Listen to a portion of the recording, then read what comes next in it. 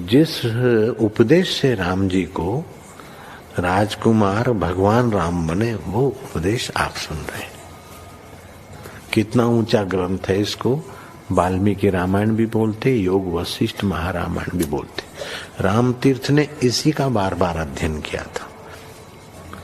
ये आप भी शांत हो जाएंगे परमात्मा में, और दूसरों को भी शांति देने की क्षमता देने वाला ये सदग्रंथ है। इसको वेदांत का सिद्धांत ग्रंथ बोलते हैं। दूसरे होते प्रक्रिया ग्रंथ। ये करके फिर कब वो आचार्य बनो तब समझो, ये तो थोड़ा पढ़ो और फिर वही सिद्धांत की बात। तो बार बार योग वशिष्ठ महारामायण विचारने योग। ओम श्री सद्गुरु परमात्मने नमः। श्री वशिष्ठ जी बोले, ही राम जी,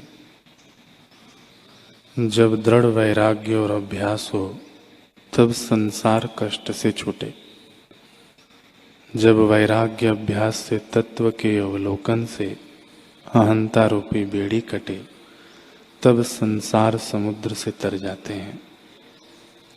हे राम जी, जीव आप ही अपना मित्र है और आप ही अपना शत्रु भी है, क्योंकि आत्मा में और का सद्भाव नहीं, आत्मा में आत्मा का ही भाव है, द्वैत नहीं। जो दृश्य पदार्थ और अनात्म धर्म विषय से खींचकर चित्त को अपने रूप में स्थित करता है, वह अपना मित्र है। और जो अनात्म धर्म में पदार्थों की ओर चित्त लगाता है, वह अपना शत्रु है। वास्तव में जो कुछ दृश्य प्रपंच है, वह भी आत्मरूप है। आत्मा से भिन्न कोई वस्तु नहीं। जैसे समुद्र में जल से भिन्न कुछ वस्तु नहीं, सब जल ही जल है, वैसे ही आत्मा से भिन्न जगत कोई वस्तु नहीं। सब में अनुस्यूत अर्थात व्याप्त एक आत्मसत्ता ही है।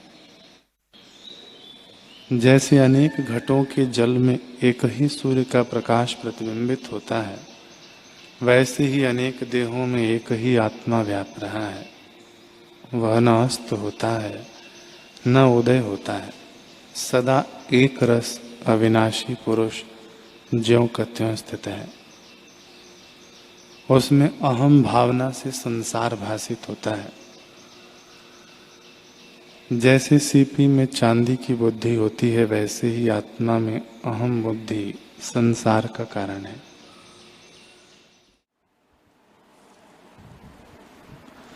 ओम श्री सद्गुरु परमात्मने नमः। श्री वशिष्ठ जी बोले, ही राम जी, परमार्थ से कहिए तो देह ही नहीं है तो मन क्या हो। जैसे स्वप्न में पहाड़ दिखते हैं, वैसे ही यह शरीर दिखता है, क्योंकि सबका आदि कारण कोई नहीं। इससे जगत मिथ्या भ्रम है, केवल ब्रह्म सत्ता अपने आप में स्थित है। जो तत्ववेत्ता हैं, उनको तो ऐसे ही भासित होता है। अज्ञानी के निश्चय को हम नहीं जानते। जैसे सूर्य उल्लू के अनुभव को नहीं जानता और उल्लू सूर्य के निश्चय को नहीं जानता, वैसे ही ज्ञानी और अज्ञानी का निश्चय भिन्न भिन्न होता है। शुद्ध चिन्मात्र आकाश में जगत भ्रम कुछ नहीं है, परंतु स्फुरण भाव से जीव अपने चेतन वपु को भूल ज्ञान बिना ही मन भाव को प्राप्त होता है। और तब मन आत्मसत्ता के आश्रित होकर प्राणवायु को अपना आश्रय कल्पना करता है कि यह मेरा प्राण है। फिर जैसा जैसा मन कल्पना करता है, वैसे वैसे देह, इंद्रियां और जगत दिखते हैं। परब्रह्म सर्वशक्ति संपन्न है। उसमें जैसी जैसी भावना से मन फुरता है, वैसा ही वैसा रूप भासित होता है। वास्तव में और कुछ नहीं, केवल ब्रह्म सत्ता ही अपने आप में स्थित है। ओम श्री सद्गुरु परमात्मने नमः। मुनि बोले, हे राजन, यह संसार आत्मा में नहीं है, केवल आत्मा ही है। जो एक वस्तु पात्र की तरह आधार होता है, उसमें दूसरी वस्तु होती है। परंतु आत्मा तो अद्वैत है, उसमें दूसरी वस्तु संसार कहाँ से हो। जैसे स्वर्ण में भूषण कल्पित हैं, वास्तव में कुछ नहीं, वैसे ही आत्मा में संसार अज्ञान से कल्पित है, वास्तव में कुछ नहीं, केवल चिदाकाश है। जैसे नदियां और समुद्र नाम मात्र भिन्न है, वास्तव में जल ही है, वैसे ही केवल चिदाकाश में विश्व नाम मात्र को है। जितने आकार दिखते हैं उनको काल खा जाता है। जैसे नदियों को भक्षण करके समुद्र नहीं अगाता, वैसे ही पदार्थ समूहों को काल भक्षण करके नहीं अगाता। हे राजन, ऐसे पदार्थों में क्या अभिलाषा करनी है। कई कोटि प्राणियों की सृष्टि उत्पन्न होती है और उसको काल खा जाता है। कोई पदार्थ काल से मुक्त नहीं होता। जैसे समुद्र में तरंग और बुलबुले उपजते हैं और नष्ट हो जाते हैं, ऐसे तू काल से अतीत पद की भावना कर, जिससे काल को भी भक्षण कर सके। कैसे भावना करिए और कैसे भक्षण करिए सो भी सुन। जैसे मंदराचल ने अगस्त्य मुनि की आने की भावना की है, वैसे ही तू भी अपने स्वरूप की भावना कर, तब काल को भक्षण करेगा। जैसे अगस्त्य मुनि ने समुद्र को पी लिया था, वैसे ही आत्मा रूपी अगस्त्य काल रूपी समुद्र को खा जाएगा। हरि ओम।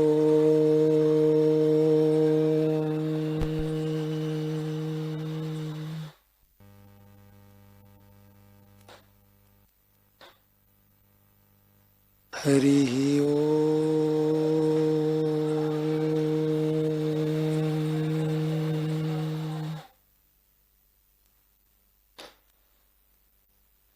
ओम श्री सद्गुरु परमात्मा नमः।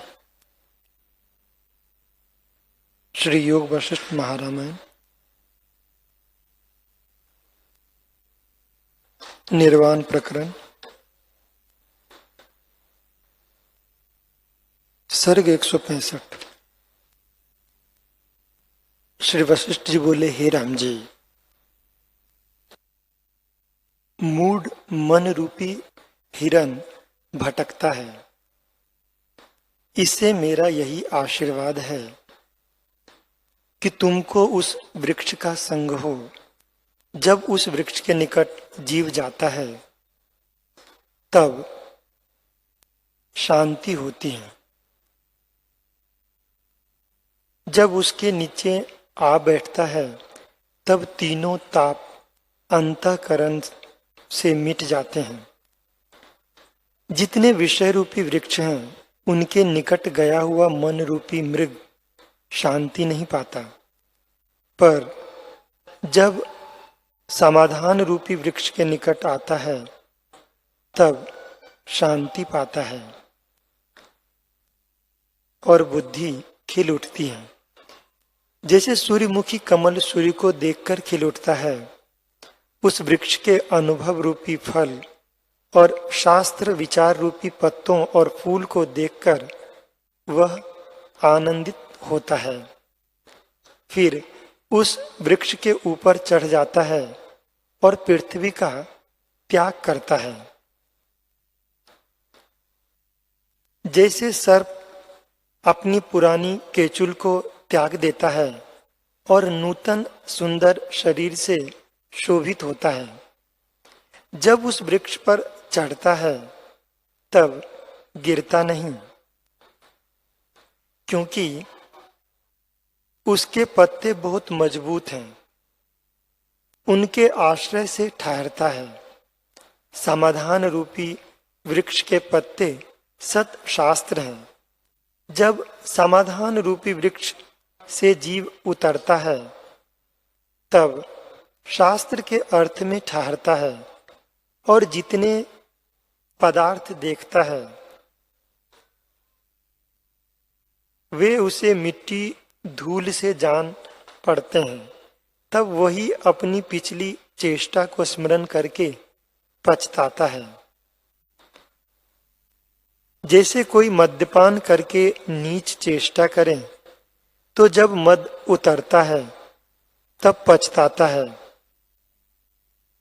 वैसे ही मन रूपी मृग अपनी पिछली चेष्टा को धिक्कारता है और कहता है कि बड़ा आश्चर्य है जो मैं इतने काल तक इस वृक्ष से विमुख हुआ भटकता रहा, अब मुझको शांति हुई है। जैसे दिन की तपन न रहने पर चंद्रमुखी कमलिनी को शांति होती है, वैसे ही मन रूपी मृग को शांति होती है। हे राम जी, पुत्र, धन, स्त्री आदि जो दिखते हैं उनको वह संकल्पपूर्व और स्वप्न सदृश देखता है। जैसे स्वप्न से जागकर कोई स्वप्नपुर को स्मरण करता है परंतु उसमें अभिमान नहीं होता, वैसे ही उसमें भी अभिमान नहीं होता। जब जीव अनुभव रूपी फल को खाता है तब बड़ा आनंद पाता है जिसको वाणी नहीं कह सकती। वह शांत, निर्मल और निरतिशय पद को प्राप्त होता है। जो मन का विषय हो वह सातिशय पद है और जो मन का विषय नहीं वह निरतिशय पद है। जो इंद्रियों का विषय है उसका नाश भी होता है और जो इंद्रियों और मन का विषय नहीं उसका नाश नहीं होता। वह मनुष्य उसी अविनाशी पद को पाता है। जैसे किसी को बाण लगता है और उसकी विरोधी बूटी उसके सामने रखिए तो निकल आता है, वैसे ही अनुभव रूपी बूटी को सामने रखने पर मोह बंधन रूपी शर खुल पड़ते हैं और वह परम पद पाता है। हे राम जी, ज्ञानवान जगत से मृतक हो जाता है, वह संसार से निर्लिप्त रहता है। जैसे काष्ठ अग्नि के बिना शांत हो जाती है, वैसे ही वासना से रहित ज्ञानवान की चेष्टा शांत हो जाती है, अर्थात संसार की सत्यता से रहित चेष्टा होती है और फिर संसार रूपी अग्नि नहीं प्रज्वलित होती। तब द्वैत और अद्वैत की कल्पना भी मिट जाती है। यह उन्मत्त की तरह अपने स्वरूप में मगन रहता है। जैसे मरुस्थल के मार्ग में चलने वाला पथिक धूप की इच्छा नहीं करता, वैसे ही ज्ञानी विषयों की तृष्णा नहीं करता। जिसने आत्म अनुभव रूपी अमृत पान किया है उसको विषय रूपी कांजी की इच्छा नहीं रहती। वह पुरुष सदा निर्वासनिक है। जब जीव निर्वासनिक होता है तब चंचल मन की वृत्ति सब लीन हो जाती है और केवल आत्म तत्व मात्र शेष रहता है। मैं, मेरा इत्यादि भावना नष्ट हो जाती है। जब तक चित्त का संबंध होता है तब तक मैं और मेरा प्रतीत होता है और जब चित्त का संबंध मिट जाता है तब एक हो जाता है। जैसे एक सूखा और एक गीला काष्ठ होता है। सूखा शुद्ध और गीला उपाधिक कहता है और जब जल सूख जाता है तब वह भी शुद्ध हो जाता है। वैसे ही जब मन की उपाधि नष्ट होती है तब शुद्ध आत्मा ही रहता है और एक रस भासित होता है। हे राम जी, संसार भ्रम से द्वितीय भासित होता है जैसे पत्थर की शिला में पुतली अनउपजी ही भासित होती हैं और जो न सत्य हैं और न असत। यदि उन्हें पत्थर से भिन्न करके देखिए तो सत्य नहीं, और जो शिला में देखिए तो वही है। वैसे ही जगत आत्मा से भिन्न होकर सत्य नहीं है और आत्म सत्ता में आत्म रूप ही है। जैसे छोटे बालक के हृदय में जगत का शब्द अर्थ कुछ नहीं होता, वैसे ही ज्ञानी की चेष्टा भी प्रारब्ध वेग से होती है। उसके हृदय में जगत के शब्द अर्थ का अभाव होता है। हे राम जी, जो कुछ प्रारब्ध होता है वह शुभ हो अथवा अशुभ अवश्य प्राप्त होता है, मिटता नहीं। जैसे मेघ से गिरती हुई बूंद नहीं नष्ट होती, मेघ मंत्र शक्ति से नष्ट होता है, तैसे ही उस जीव का भी प्रारब्ध कर्म नष्ट नहीं होता, परंतु वह उसमें बंधता नहीं है। अज्ञानी को संसार सत्य लगता है और भिन्न भिन्न पदार्थ संयुक्त प्रतीत होता है, क्योंकि उसकी समझ में पदार्थ सत्य होते हैं। पर ज्ञानी के हृदय में आत्मा का ज्ञान है, उसको संसार की सत्यता नहीं प्रतीत होती। हे राम जी, यह जो समाधान रूपी वृक्ष मैंने तुमसे कहा, उसकी विधि पूर्वक सेवा करने से अनुभव रूपी फल प्राप्त होता है। पर जो बोध से रहित होकर सेवन करता है तो अनेक यत्न से भी फल की प्राप्ति नहीं होती, क्योंकि उसे ऐसी भावना नहीं कि आत्मा शुद्ध और सच्चित आनंद है। जिनको यह भावना प्राप्त होती है उनको भोगों की इच्छा नहीं रहती। जैसे किसी ने अमृत पान किया हो तो वह अमल और कटुक फल की चाह नहीं करता, वैसे ही ज्ञानी किसी पदार्थ की इच्छा नहीं करता। जैसे रुई के फाहे को अग्नि लगे और ऊपर से तीव्र पवन चले तो जाना नहीं जाता कि वह कहाँ गया, वैसे ही जगत रूपी रुई का फाहा ज्ञान अग्नि से दग्ध करके वैराग्य रूपी पवन से जब उड़ाया जाता है तब जाना नहीं जाता कि कहाँ गया है। तब आकाश ही आकाश दिखता है, और जो जगत सत्य नहीं प्रतीत होता तो वह फिर तृष्णा किसकी करे।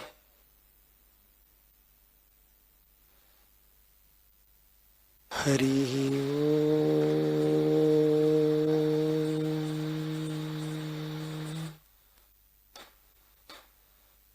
हरि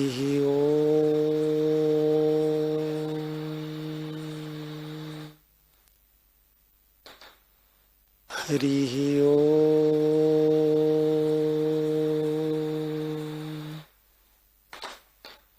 ओम सहना भवतु सहनो भुनक्तु सह वीर्यं करवावहै तेजस्विनावधीतमस्तु मा विद्विषावहै। ओम शांति शांति शांति।